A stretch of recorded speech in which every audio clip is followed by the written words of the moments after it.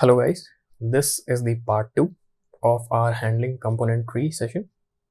So in the previous or the last part 1, we were left with a particular question that how can we achieve a task that stated that when we clicked on one of these tasks, it should disappear or get completely deleted from this tasks array.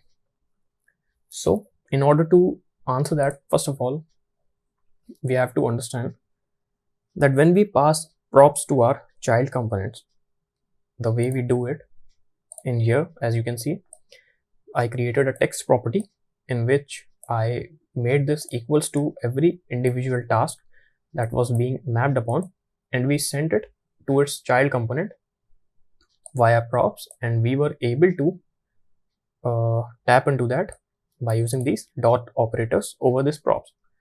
So the way we transfer these informational data, it turns out that we can also transfer functions as props, okay, which can get called by our child components. So up till now we saw a method in which we were able to for example manipulate or operate on the child components using our parent components. But it turns out there is a way via which we can operate on our parent components via our child components. Now what do I mean by this is that in order to be able to delete these tasks from this array or this list, we have to operate on this app component, which is actually the parent. So let's see what I'm trying to say here is, let's say I created another property called onMarked, and let's say I'm making this equals to delete task. Okay, let me make this T capital,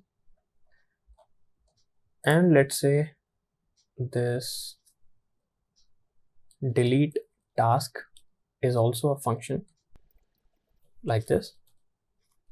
Initially I am not making this equals to anything, and in here if we come inside our child component, inside list item, we can pass a function inside this onClick. Okay, so how we can make this equals to prop dot, just hold on a second, I think instead of props I'm writing prop everywhere. So even though it's working, but just in order to be consistent, let's write props like this, and inside these props I want to tap into the onMarked function. Okay, so we have props here 1 2 3, and in app I'm passing one onMarked equals to delete task like this. Okay, and this delete task I have here I have initialized it. So we are making this that whenever I'm clicking this, so basically on writing this props.onMarked, I'm saying that as soon as I click on any task of mine, this onMarked function should get called. All right, okay, onMarked, and then in here, in order to cross check that this is indeed working, we can log something over to our console. Okay, so let's hit save, and let's save here, and then if I added a task like this, so remember it's not going to make a strike through here because I'm not using this handle click function now. Now if I clicked on this task and I opened my console, you can see that called is getting logged. So if I click this, it keeps on getting printed onto the console, which indeed means that whenever this onClick method is getting fired up, it is indeed making a call to the function which is kept inside the onMarked property here, and inside this function I'm able to log something. So isn't it wonderful that Now finally we are able to interact up the chain. All right, we are able to interact with the parent component from a child component. So let's remove this console.log. And now to delete our item, we need to make use of this set tasks, because in order to delete this task from here, we want to modify this tasks array. And in order to modify the tasks array, you have to make use of this set tasks setter. So I'm gonna call this, okay, and inside this, for example, I write this arrow function. So now we face a problem in here. Although I'm able to reach to this delete task function, the problem is that how will I identify which task I am trying to delete? So one thing we can do is pass over something over to this onMarked, which indeed, we can pass something, some sort of identifier to this onMarked that can identify that, okay, we are referring to this particular task. Okay, let's remove this, we don't need it now. Okay, how can we do this? So that can be done by using an ID. Right, let me remove these from here like this. Okay, and let's remove this use state from here as well. Okay, so now what we wanted was, we wanted to pass over some sort of identifier on onMarked, so that when we are trying to update this tasks array, we can be able to successfully delete that particular task. Okay, now if you remember, even in part 1 and the last practice session we saw that we saw that we were constantly being shown an error that asked us to provide a key for every element. All right, and then I said that you should do it as a homework, and we actually knew that, okay, whenever we are making use of something like, in this case, an array, the standard React practice is to always have a key in order to uniquely identify your every element. Okay, so let's head over and do this task. So if you hover over this map method, you can see that in here, the first parameter, this map method, it allows us to use the first parameter as the value, and the second parameter is the index. This index number can be used as a second parameter. And what is this index? In the case of array, it denotes which position your element is actually on. For example, the first element has an index 0, then 1, then 2. We know this already. So now what we can do is, we can make use of this index and treat this as our key or as our ID. All right, because we were in a dire need to have an ID in order to properly understand or to properly identify which task we are actually talking about. So that can be resolved with this index. So for example, I write this index here, and inside this list item, I make my key equals to index like this. Now, one word of caution, always remember, the standard practice in React advises not to use this index for key. Instead, it is advised to use some unique string for that purpose. But since we are more concerned about the learning part here, I'm gonna ignore that.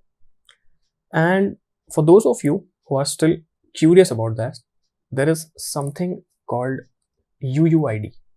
Okay, go and read about it if you are interested, and if you want to follow strictly these standard practices. So leaving it as it is, we are going to use this index as our ID as well. All right, we are not following what basic standard React practices recommend us. Instead, we are just making use of this index in order to simply identify that which particular element are you actually referring to. So when we have this individual task along with the value, whatever this consists of, we are also sending the ID, which will be the index of this task.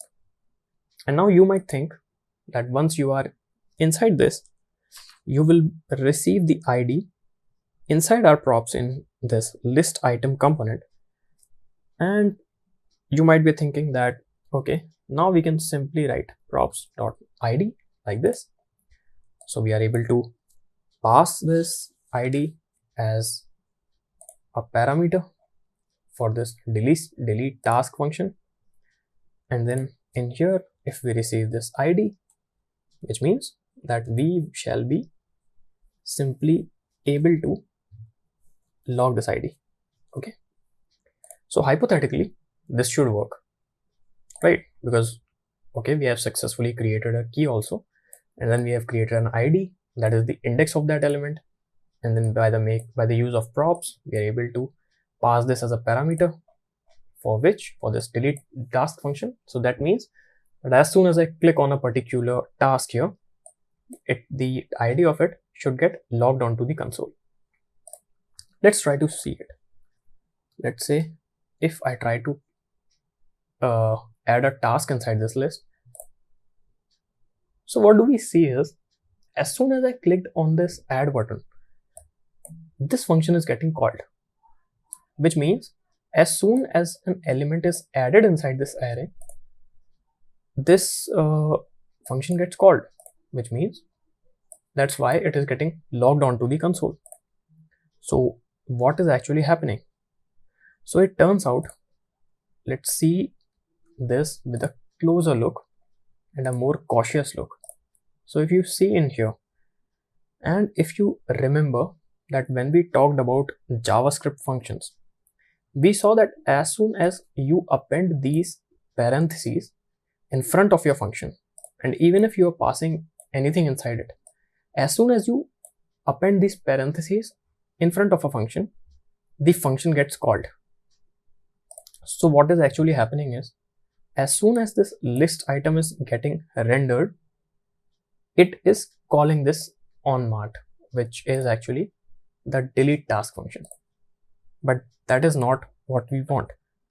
This is actually getting called immediately as soon as this component is rendering.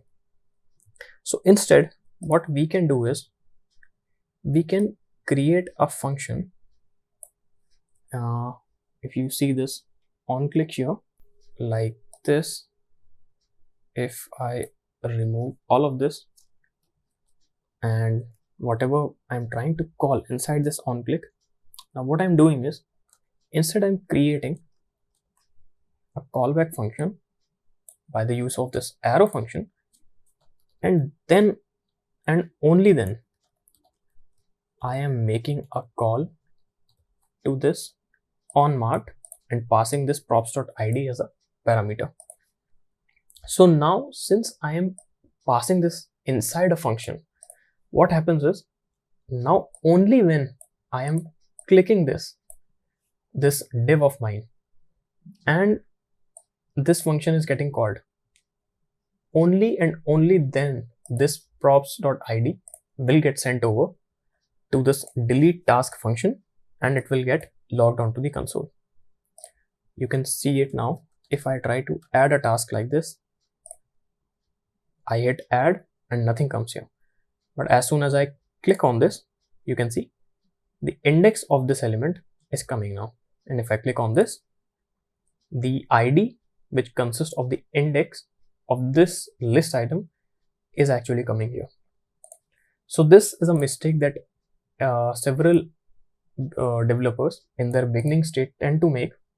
So you always remember that whenever you are passing functions here and there, you should always be cautious whether you are simply passing that function or you are mistakenly calling that function then and there, where it's not supposed to get called.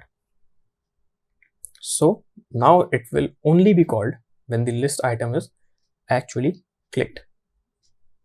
All right, let me hit save in here. So now we can get hold of the specific items ID that is to be deleted. So okay, let me uncomment this out in here. So what is next?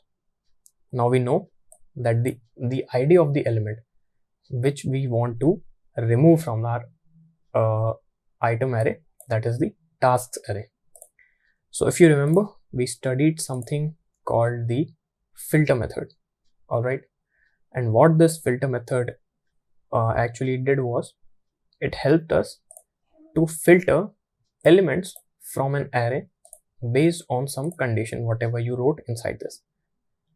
So this filter method actually itself takes a callback function in which the first parameter is the individual element that we get, for example, these individual tasks that we get from the array, and the second parameter we can use it will signify the index of this element that we get. Okay, so now what can we do is, in here we can return previous value dot filter, and inside this filter method I am creating another arrow function, and we just saw that the first part can be the element which I will call task. So this represents the individual task, and we are getting it from the previous array, whatever elements were in the previous version. And in the next parameter, as the second parameter, I am passing the index, which refers to what index this task is actually situated in the tasks array. And then on returning part, what we want is, we want all the items in the tasks array that were there in the previous version to stay as it is, except the task that has the ID of this. So I am saying that all the elements whose index is not equals to this ID, and we already know that this ID is also pointed towards the index of each element. Okay, so now we are saying that all the elements from the previous version of this tasks array only return those elements whose index is not equals to this ID. That means that if you have these n number of tasks and you clicked on a particular task, which means you assign that index to an ID, so that particular task, except that, every task will be retained. So this is our claim, and let's check it out. Head over to inspect in order to have an in-depth understanding. So I am saying task A. You can see as soon as I hit here, it created a list item component. Okay, so I created it with okay, like this. Let me add another task called task P. So you can see the key is also getting here 0, 1. It is getting appended according to the index number of this, and the ID is also getting updated with the index number. And let's say I have a task C, we add it, and I have a task D, we add this. All right, and now you can also see that each of these components inside the props, we have an on-marked property that is equals to this delete task function. So let's say if I click on this task B, and this task B is actually associated with the ID 1, it got deleted from the array, and now the updated versions only had task A as the first one, task C as the second element, and the ID is updated with its index number, which means in this array, this is index 0, this is index 1, and this is index 2. So the indexes are updated correspondingly, and if I further try to delete this task C in here, which is now at index 1, then index 1 will be reassigned to task D, and you can see like this. So this way you can clear your entire array. And now and only now it actually looks like a proper to-do list app in which we are able to add these tasks and we are able to remove them by clicking over them. Okay, so that means that we were able to achieve our task successfully. So if you look inside this really got us into functional programming, where we have a function in here. For example, if you look inside this, we had a function inside another function, inside another function, and so on. So this is actually the concept of functional programming. And when you get into the real world while developing React applications, this concept you will see a lot of times. So I hope you were able to understand what all we did in this lecture. So let me switch displays now. All right, so that was quite a heavy session, and in this we really saw a lot of things, and we actually created to-do list application that you can share with your friends and your relatives, and they can actually give you a feedback over whether this application is working correctly or not. So in this we saw several different concepts, whether it be splitting our app into several components, and then inside those components how we can have some localized state when we try to just strike through each task, and then how can we interact from a parent component down to the child component by the usage of props, and how we can interact from a child component to the parent component by the usage of these functions as props, right?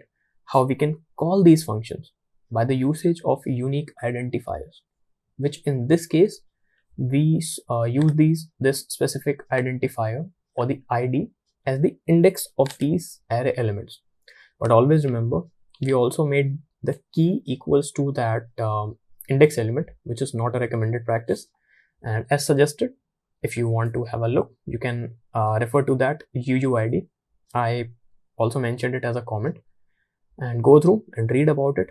What is this package all about and why is it used? So with this, part 1 and part 2 are now complete. So I do not expect you to simply understand, or let's say memorize all of the information that we have covered in both of these parts. You simply have to understand that whatever we did that gradually. And in case you are given a blank slate and you are asked to build this, you shall be able to do it one step at a time. So just understand the concepts and don't worry about learning everything. Google is always by our side. So that will be all from my side for this particular session, and I'll see you in the next one.